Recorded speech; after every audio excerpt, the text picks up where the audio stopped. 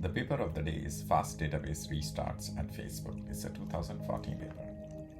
Facebook engineers query multiple databases to monitor and analyze Facebook products and services. The fastest of these databases is Scuba, which achieves sub-second query response time by storing all of its data in memory across hundreds of servers.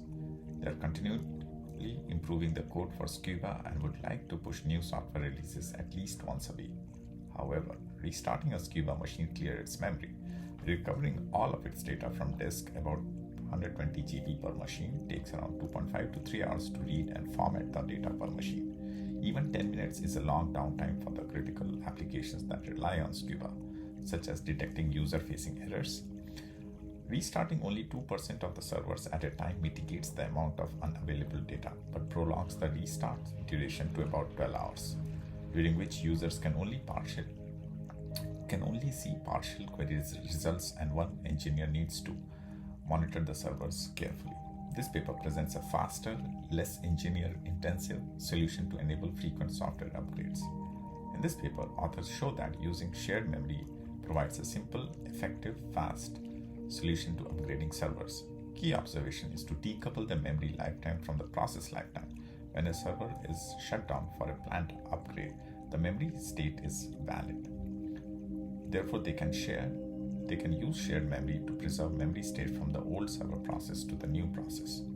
The proposed solution does not increase the server memory footprint and allows recovery at memory speeds about 2 to 3 minutes per server.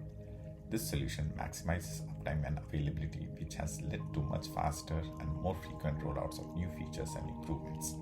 Furthermore, this technique can be applied to the in-memory state of any database, even if the memory contains a cache of a much larger disk-resident dataset, as in most databases. Now let's look at the approach.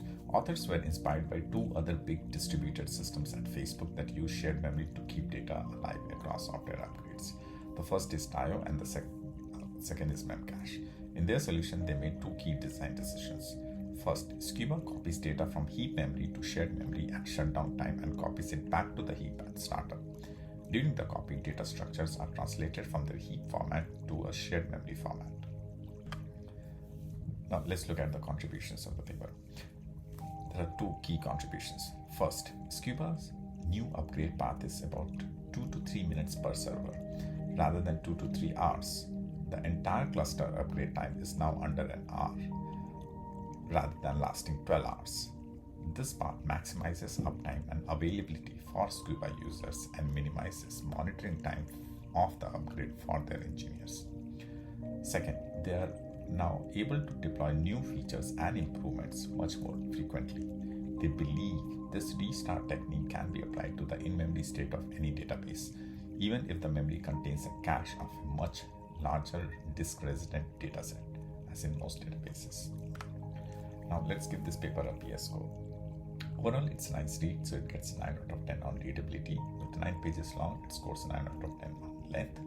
Reproducibility and repeatability outside Facebook will be challenging, so it gets 10 out of 10. Industry value is high and it's addressing a real life pain point, so it gets 9 out of 10.